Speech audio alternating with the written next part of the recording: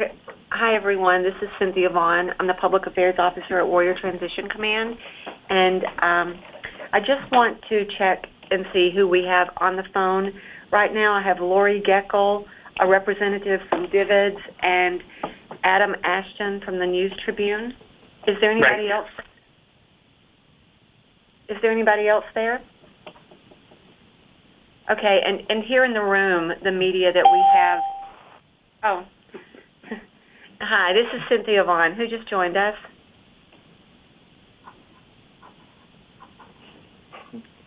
Okay, so we have an anonymous person on the line. That's okay. So in the room, we have Richard Sisk with military.com and Dave Bergen with News.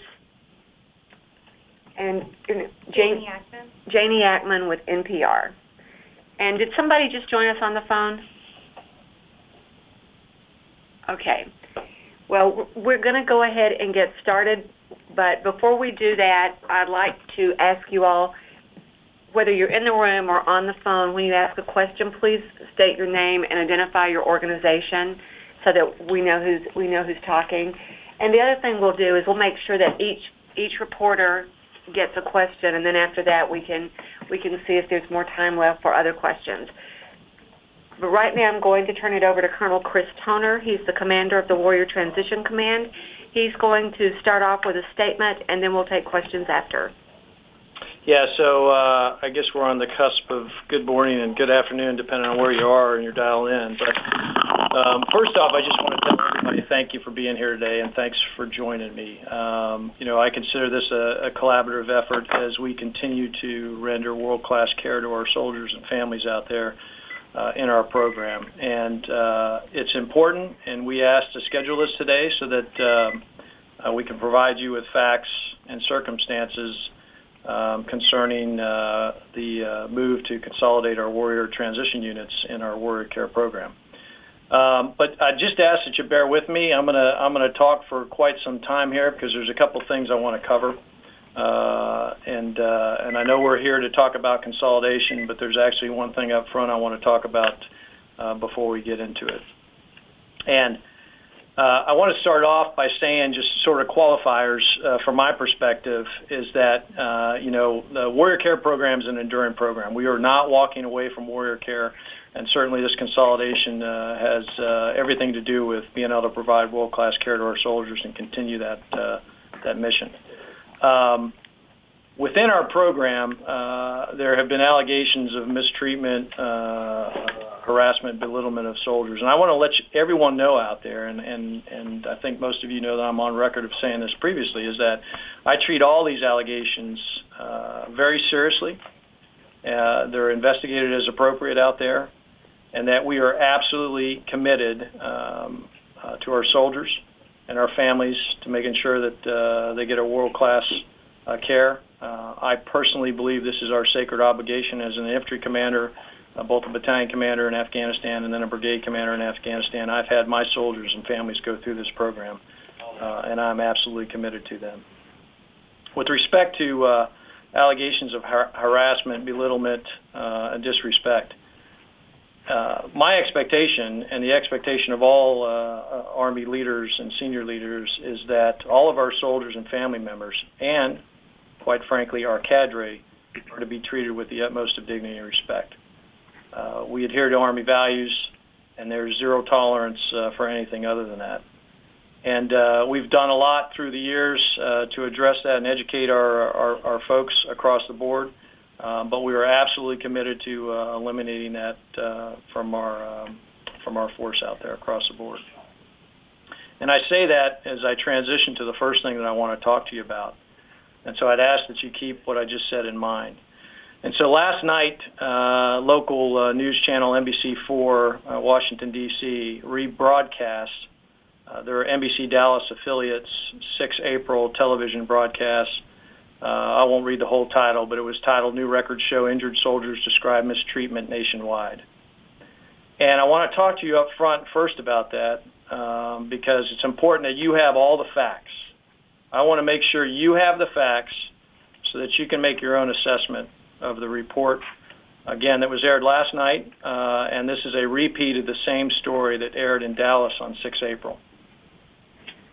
The general storyline from this report is that the reporter is claiming widespread mistreatment of soldiers that includes belittlement, harassment, and disrespectful actions by their chain of command.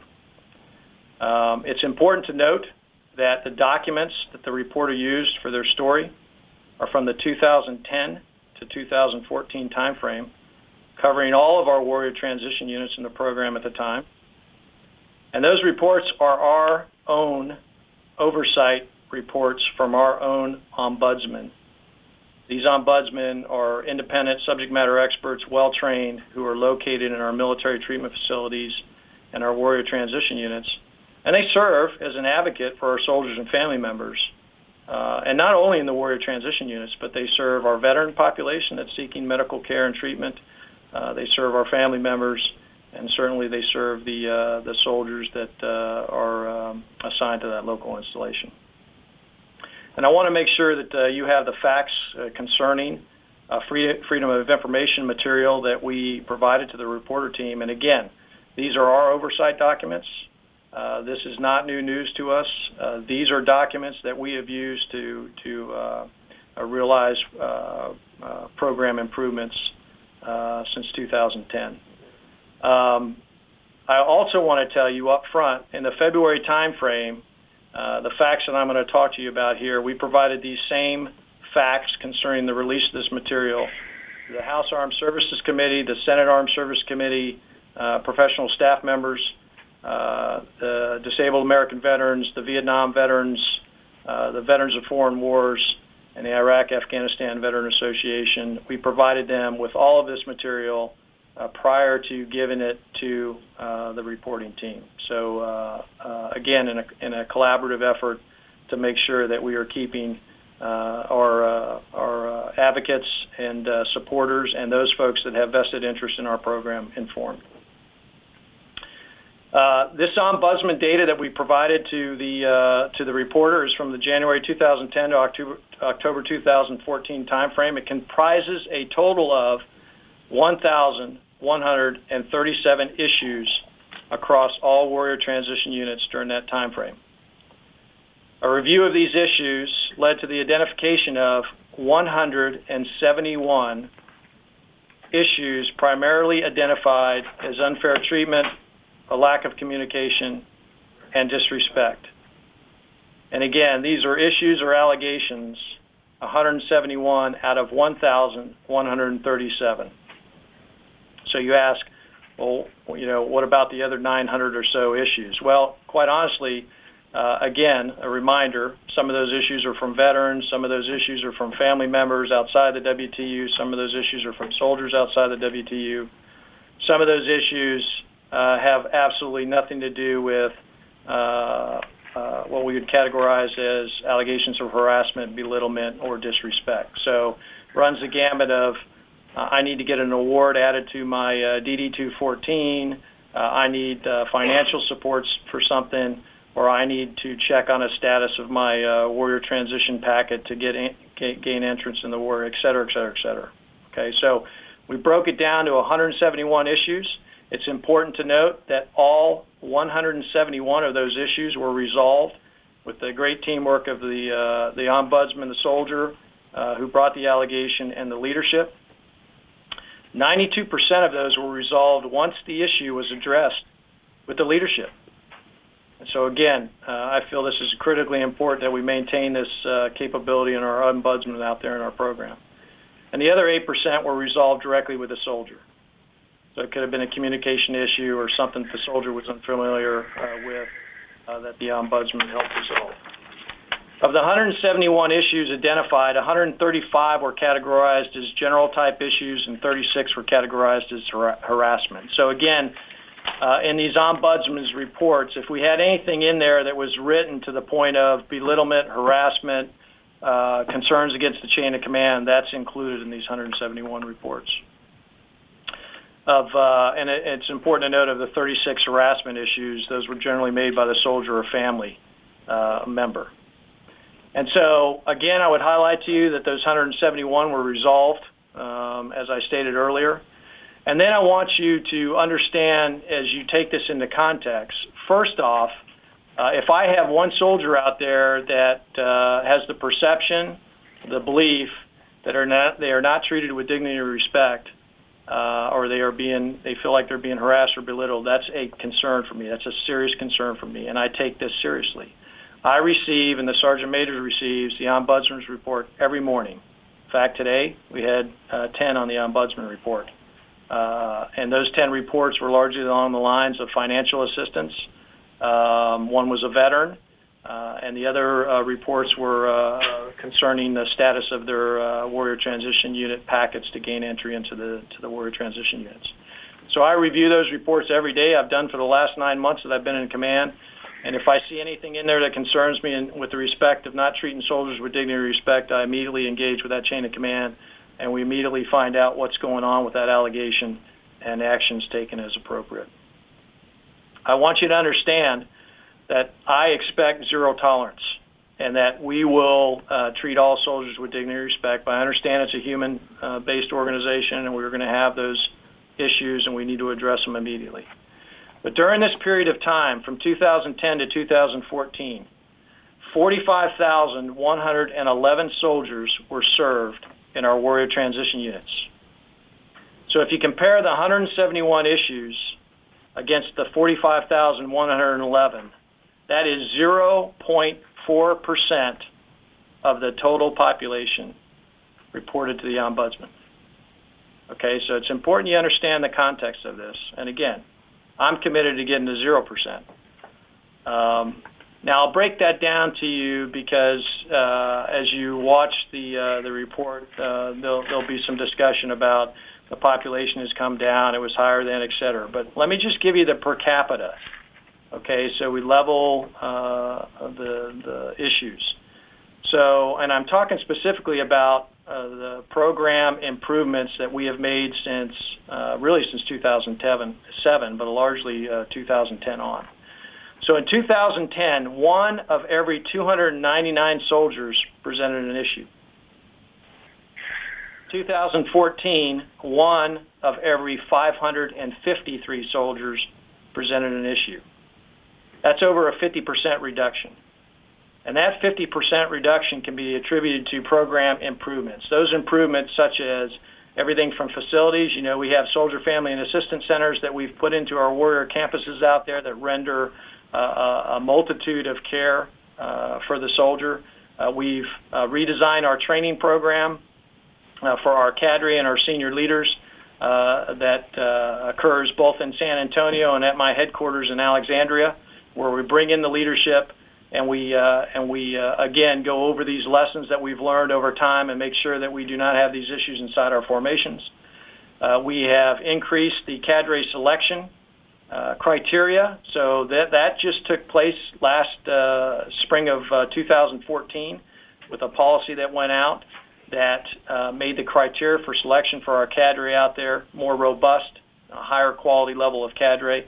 And I can tell you now in the next coming months, we are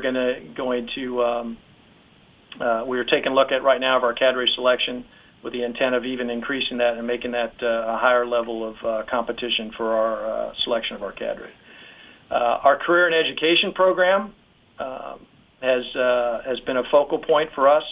We established the Comprehensive Transition Program in March of 2010. That program, just generally speaking, is built by the soldier for the soldier with this assistance from a highly selective and educated and subject matter expertise team that sits down with a soldier. They integrate their medical care, they integrate their rehabilitation, and they integrate their transition activities, whether that's back to the force or as a civilian. And that program came in March 2010. As you all know, we do quarterly town halls. I run a very robust organization inspection program. I have recently instituted a quarterly stand-up training day where the units out there focus on key aspects of the training program, re-highlight some of those critical aspects of our program like adhering to profiles, making sure that we're doing good barracks inspections, that we have the facilities out there for our soldiers, and all kinds of other training occurs during that time frame. And last year, we also published a soldier and leader guide. And the importance of that is, quite honestly, if you take a look at the numbers there in terms of just communicating to our soldiers and making sure they understand the program and ensuring that our soldiers, families, and cadre understand the program has allowed us to reduce these issues being brought forward to ombudsmen and other people. So that all of that has contributed to that significant reduction of the last 4 years. And so I wanted to make sure you had the facts. I wanted to make sure you had that out for you. Those same facts, again, were provided to those individuals I talked about earlier, and we have the ability to give you those same facts should you request those facts. And so I wanted to talk about that up front, make sure you had that information, because the next thing I want to talk to you is about what we're here to talk about today is the consolidation effort. And I first want to tell you that none of this reporting had anything to do with the effort to consolidate our warrior transition units. In fact, the fact of the matter, this staff study started last July. And it is a routine process that we do in the Warrior Transition Command. Every 6 months we do a strategic posture review where we look at our footprint, the number of units that are out there, and we look at our ratios of cadre and clinicians to our soldiers. And so this is a normal part of that process. If you remember, at the high water mark for the Warrior Transition units out there, we had 45 Warrior Transition units and over 12,500 soldiers in the program. At one point in time during the surge, the height of the surge in Afghanistan and Iraq, probably at the 08-09 time frame. And we've seen a steady decline of our population over time. You know, thank God we do not have combat-generating casualties out there. And so our population has come down. We're at 3,654 soldiers in the program right now. That's about 52% reserve component, National Guard and Army Reserve, and 48% active duty. And as we've looked at that and what we took into planning, considering over time, is we believe our enduring requirement, as long as combat is not generating casualties, to be around the 3,000 mark for soldiers. And that is just a normal price of doing business and training, accidents, and soldiers getting ill. So wounded, ill, and injured. Folks in there with the wounded aspect of it certainly significantly declining. And so our current footprint is where we're at right now with 25 Warrior Transition units. So for that 3,654 soldiers out there, I have 3,192 cadre and clinicians. So I'm just getting close to almost a 1-to-1 ratio between cadre clinicians and our soldiers out there. So we're looking at building a program to take care of 3,000 soldiers, but what we also took into planning was as a concern, given the ambiguous nature of the world right now, that we maintain the ability to reverse quickly if we have to. And so I'm going to describe to you what we're going to, and I'll just tell you up front that although I'm programming myself to be able to care and concern for 3,000 soldiers, I have the ability with the footprint that I'm going to describe to you to rapidly reverse and reach the capability to take care of 8,100 soldiers with existing facilities. Okay, so and that's critical that we understand that as we move into the program. This is an Endur mission. The program itself is not changing from the standpoint of the world-class care and transition support that we give to our soldiers. This maximizes our reversibility.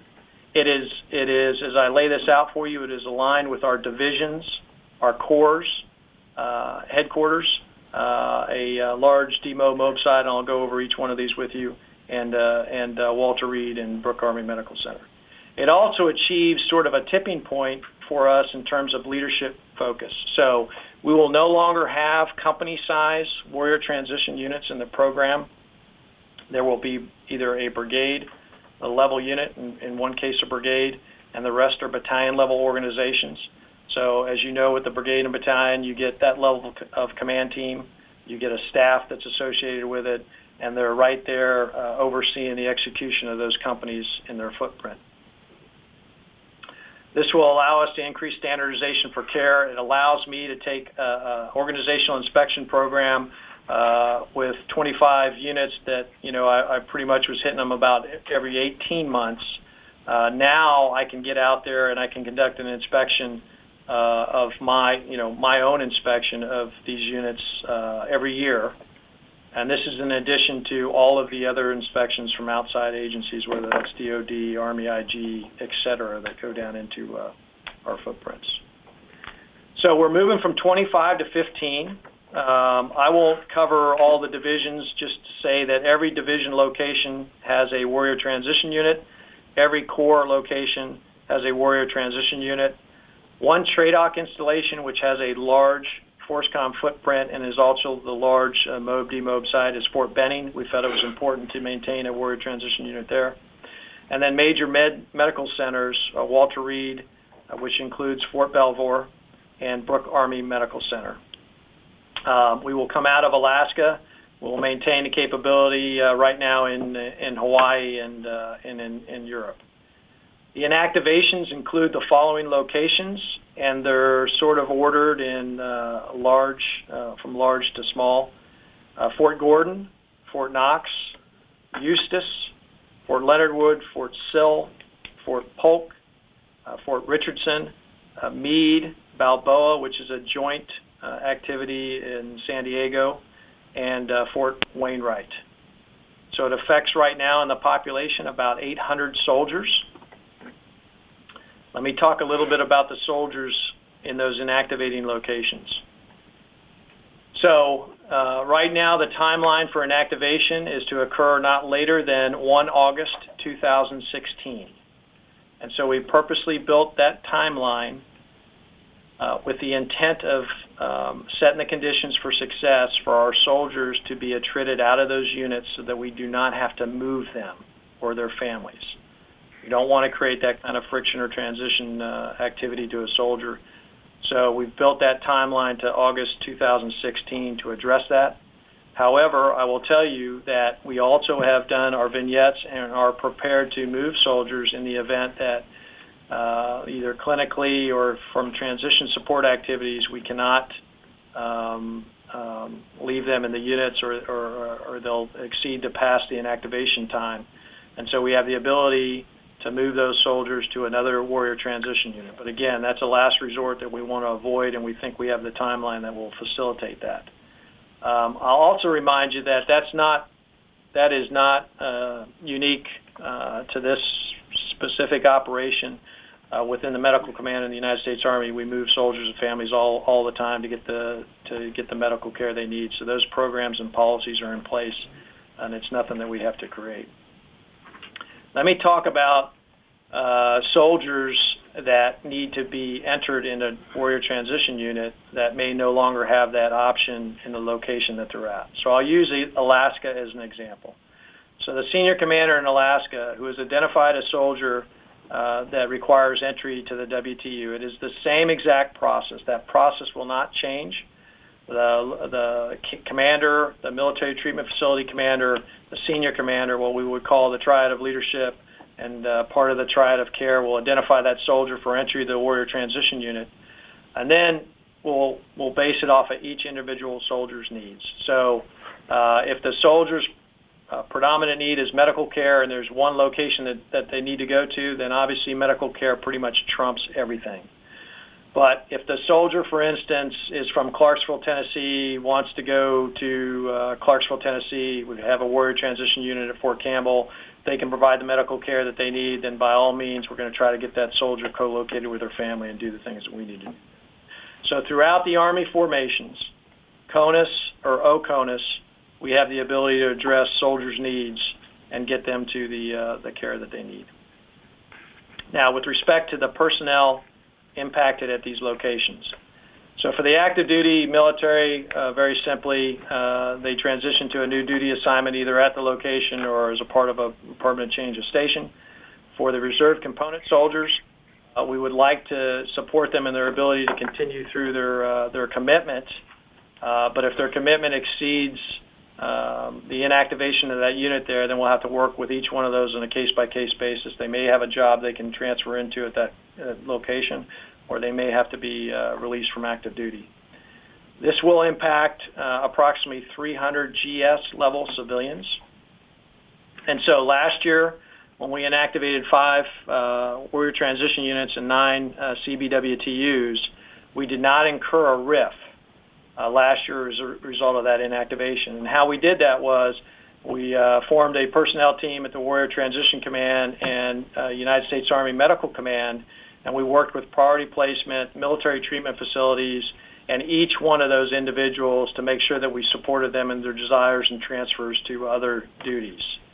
And so the same thing will occur this time. We're standing up those teams to address our phenomenal civilian expertise out there and tremendous patriots who have served our program well.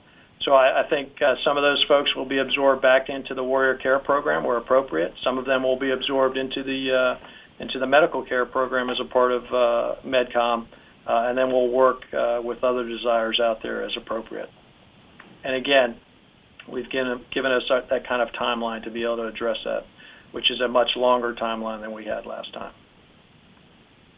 Okay, so I covered that. I know I'll apologize for a lot of information, but I think it's important that you understand that, and it's important that you understand sort of the complexity about what's going on, and I wanted to really talk about those two things across the board. And again, I'll just tell you, we're absolutely committed to our soldiers and family members out there, and the opportunity to serve them is certainly an honorable one. We've got phenomenal cadre and clinicians out there that are tremendous patriots and experts who have put their heart and soul in this program, and we will continue it. And so with that, I think it's time I open for questions. Okay, thank you, sir. Dave, we'll start with you. Our News, do you have a question? Just a quick one. Is there one cadre for each of the WTUs, and when did that start? Is there one what? I'm sorry. Not cadre, the ombudsman. Yeah, so 2007 timeframe, the ombudsman program came in, and they're co-located with military treatment facilities or WTUs. Our expectation is we continue to maintain that. That is an oversight program that I am fully committed to because they're independent. They don't respond to me, but they're phenomenal subject matter experts that can get soldiers with all kinds of issues solutions to their problem. Thanks. Okay. Mr. Fisk from military.com. Just quickly, Colonel, on some numbers, you're going from 25 to 15. Sure. Sure.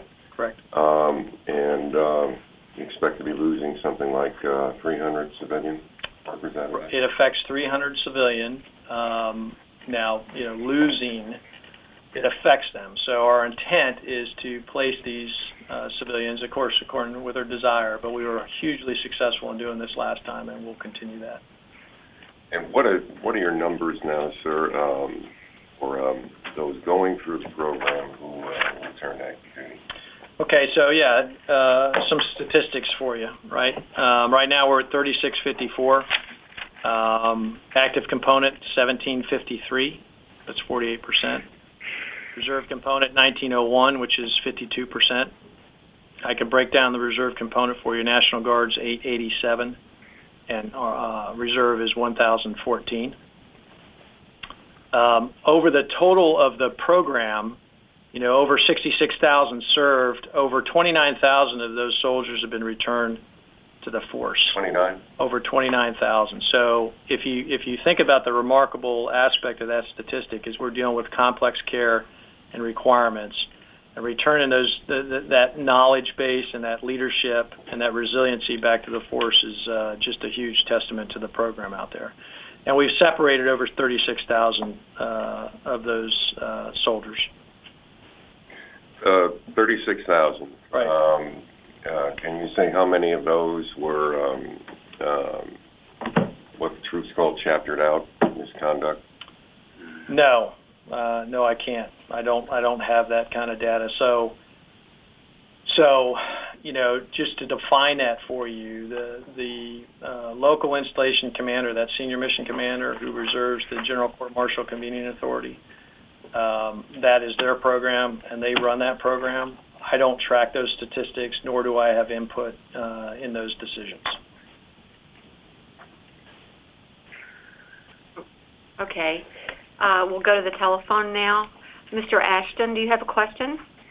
Yeah, this is Adam from the Tacoma News Tribune. Will the cadre and, I guess, soldier or patients at WTBs at the remaining facilities grow? Or do you think they'll be about the same size they are now by the time you get to the point where you're closing the 10 that you've named today? Yeah, so we're looking at that actually right now, and the sense is, looking at the numbers and the fact that we've given this a pretty large or long lead time, is that we don't anticipate those numbers fluctuating too much. So not an absorption of folks in the program. And again, it's along the lines of what we're tracking as sort of the enduring requirement. So as long as we don't have combat generating casualties, we see that tapering off around the 3,000 point in time. And the capacities at all these locations, one, can address that, and two, as a reminder, I have the ability to rapidly go up to being able to take care of 8,100 soldiers just with the existing facilities. I have to add about 1,200 cadre to that, but we can do that very quickly and reverse very quickly. Over. You spent about 20 minutes talking about the Dallas TV report. I don't have that ombudsman report. Can you just release it since it's been prepared for media release, or do we have to go through FOIA to get it? It's not. Yeah, I think there's a plan to get that out because we had similar requests, and it's already been, approved for release. So I've got folks doing the north-south in the room here, so you'll get access to that report through some medium. I think we're going to post it, but we'll let them know. Okay. They'll let you know. Okay. Okay. Is there any other media on the telephone? Did anybody else join us? Is there anybody out there who has a question? Adam, do you have anything else? No, I'm okay. Okay. Mr. Fisk? Yeah. Colonel, I believe, and I haven't seen this latest report, this TV report, but you were talking about a time frame of 2010 to 2014. Correct. That's what the material covers. That was the material. Yet, I believe you have a 15-6 underway at Hood now. So there have been recent allegations along the same line. Yeah. So one, I can't comment on investigations that are still going on. Okay. What I can tell you is that Southern Regional Medical Command Commander Brigadier General Holcomb directed that investigation. So once that concludes, obviously you can request the information through FOIA on that. I come back to a comment you made about separations, and so I think this is an important thing that you understand. So if we have a request from the chain of command for the separation of a soldier, and don't quote me on the numbers because I probably get them wrong, 517, 513, it's basically a mental health separation that exists as a part of current Army policy. If there's a request by a chain of command to separate a soldier under one of those two chapters, and that soldier is diagnosed with PTS or TBI, then the Surgeon General is the approving authority for that separation. And that is a change, and I'll have to get the exact data when that changed, but that changed a few years back to ensure that we had, obviously, tremendous oversight from a clinical aspect and a leadership aspect to make sure that we took a look at the issue with the soldier and made sure that their behavior that was resulting in the recommendation for separation wasn't linked to PTS or TBI. And so that is a change. In fact, that changed after I left Brigade Command, I think, because I didn't have that requirement. So I'd say maybe the 2012 timeframe, but we'll get the actual date for you. But that changed to ensure that our Army address the challenges associated with somebody who has cognitive issues associated with PTS and TBI. So I just wanted to make sure you had that because you asked a specific question about separations. And again, I don't have the numbers, but that is a unique aspect to our program. So in some cases, it would go to the Surgeon General. If they were diagnosed with PTS or TBI, if they had a clinical diagnosis of PTS or TBI, and they were put in for a separation under those two chapters, that final action goes all the way up to the Surgeon General for approval. And this requirement for the approval of the Surgeon General, that went into effect when? Yeah, I'll have to get that for that. That's what I was struggling with in terms of when that actually went into effect. And do you know how many have been referred to? I do not know. But again, we'll take a look at that and see if we have that data, and because we're dealing with legal issues and separation, whether or not it's releasable. But we'll take that question for sure. Okay, you didn't have anything. Okay, Adam, do you have anything else before we close? No, thanks for inviting us. Okay, thank you. Dave? Richard? Yeah, I do if I can get collected here. Go ahead, take your time. And Janie, you sure you don't have them? Okay, thank you. What might happen to the facilities you're closing? Are they going to turn into barracks at the different bases, or is it after each installation? Yeah, that's an excellent question. So right now, what we're doing is we're working with Installation Command, and not all the locations, but those locations that have Warrior Care campuses. In the inactivating locations, for instance, Balboa, it's a joint facility, so I don't have anything there. But Alaska is another great example. We have phenomenal Warrior campuses up there. And so we're working with Installation Command, acknowledging that those facilities will be repurposed, but placing constraints on those facilities to make sure that we maintain the Warrior Care standards, so the ADA compliant aspect of it in those facilities. And that will include annual inspections by MedCom. So we'll go in there and just make sure that they are, that somebody just didn't get the message and now they start gutting the ADA compliance. And the reason we're doing that is that actually gives me a capacity of another 3,000 soldiers. So, God forbid that we really start generating casualties, and I know I'm going to go past 8,100. We can rapidly get back into these inactivating locations, stand them up because we don't have to build the ADA compliant facilities. That gives me another 3,000 soldiers. And again, I told you the high water mark was 12,500. So again, that gives us a rapid ability to reverse as needed. Okay, thank you. Colonel, I think it was 2015, you had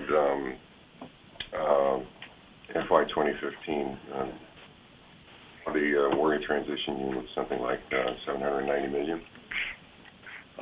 Will this consolidation, will that bring down? I mean, can you give us anything on where we're going with costs here? Yeah, your numbers are about right. And we've always been a fully funded program.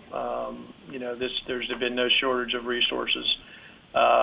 Sequestration budget was not a driver of this program, quite honestly, as we looked at the population coming down. And then kind of the ambiguity in the world and our ability to provide even better focused care to our soldiers out there. Again, we look at this every 6 months. That's the driver of the program. The savings, and this is a rough order of magnitude, and it only takes into consideration my current budget. So if tomorrow I woke up and I had 15 Warrior Transition units, that'd be a savings of about $350 million. So, and again, that's a rough order of magnitude, and that's just current dollars right now, here and now.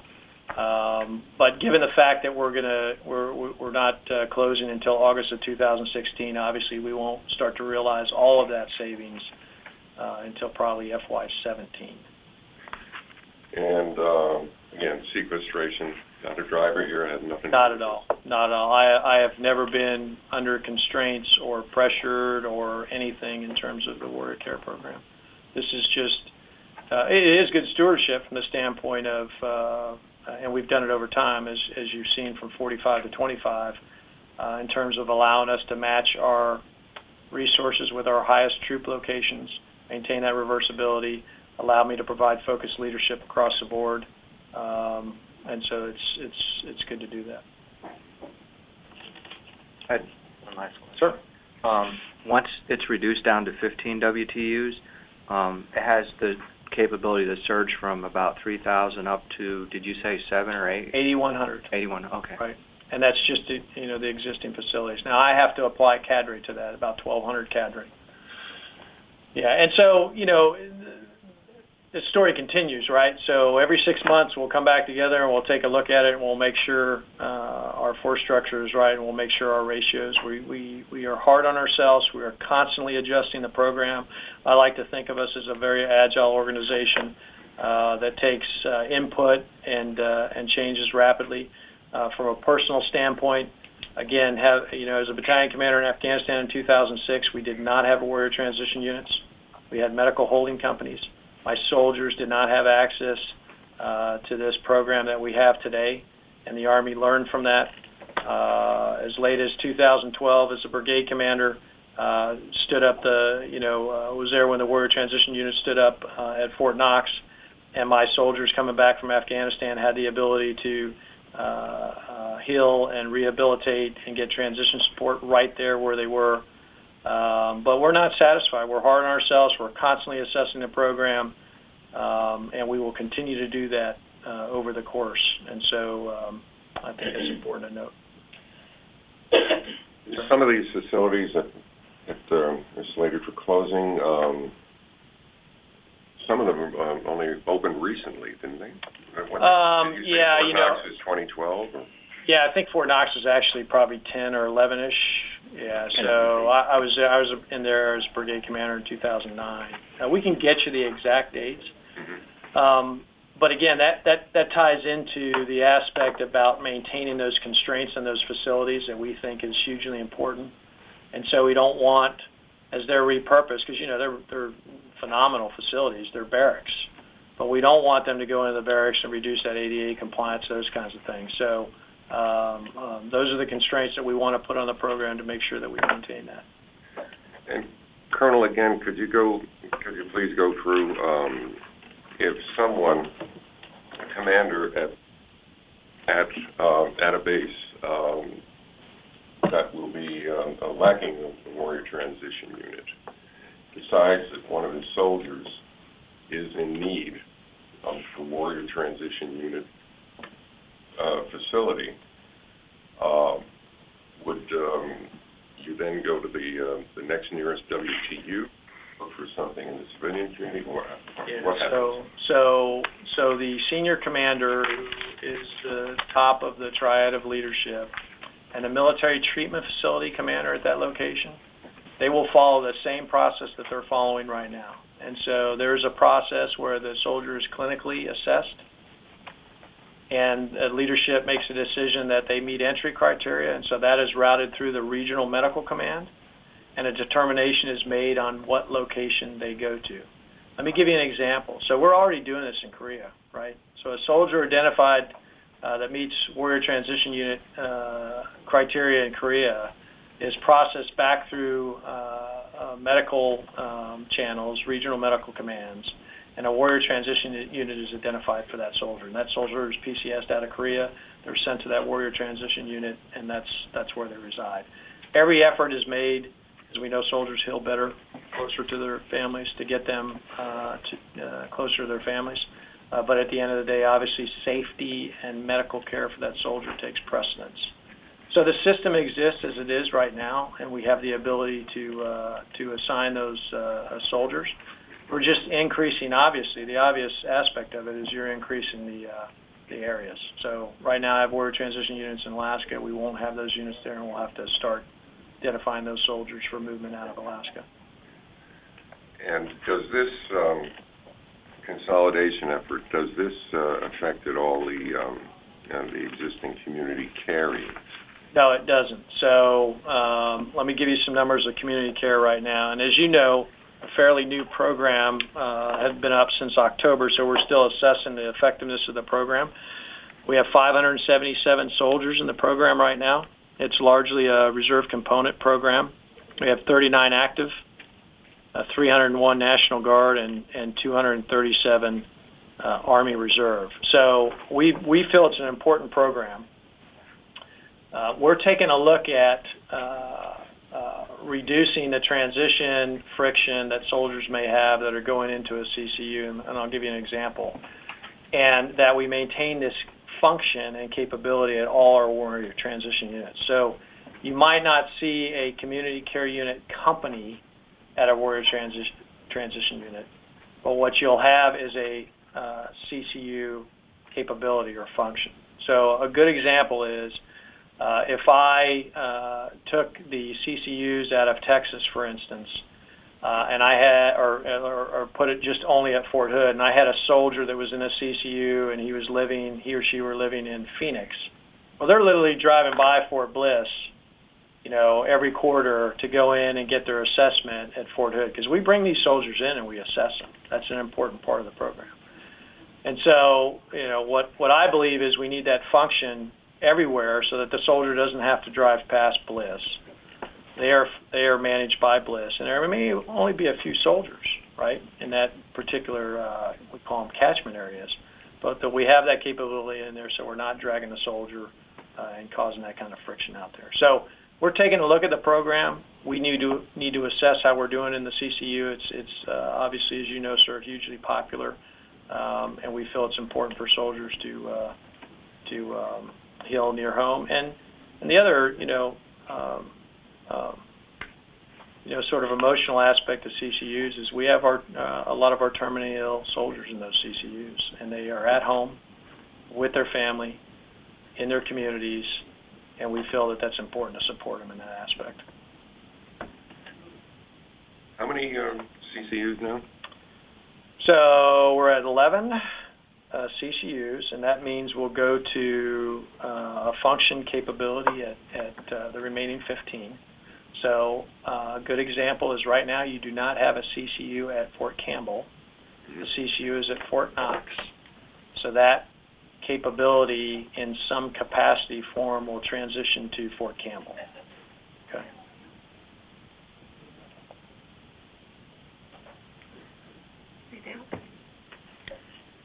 Okay, we're going to close at this time. And we'll offer you the opportunity to say anything that if you want to leave them with something. No, I appreciate all your valuable time. It's important that we get the message out, and it's important that, at the end of the day, we are not walking away from our wounded warriors. We all believe this is a sacred obligation, and I take that personally. I'd also like to take this opportunity to let you know about Warrior Games, Department of Defense Warrior Games. It's 19 through 28 June. It's at Quantico. So for those of you in the region, I would highly encourage you to get down and take a look at these incredible Americans and patriots, men and women, who have overcome their disability. They're demonstrating their ability, and they're phenomenal examples of resilience across all services. I'm not just pumping the Army, obviously I'm biased, but across all services, and to see their incredible performance down there in competition, as only Americans can perform in competition, spirited competition, you get to see them down there. So I'd highly encourage you to get down there, and if you need more information on that, we can certainly do it. Thanks for what you do, and thanks for being here today. Thank you all for joining us.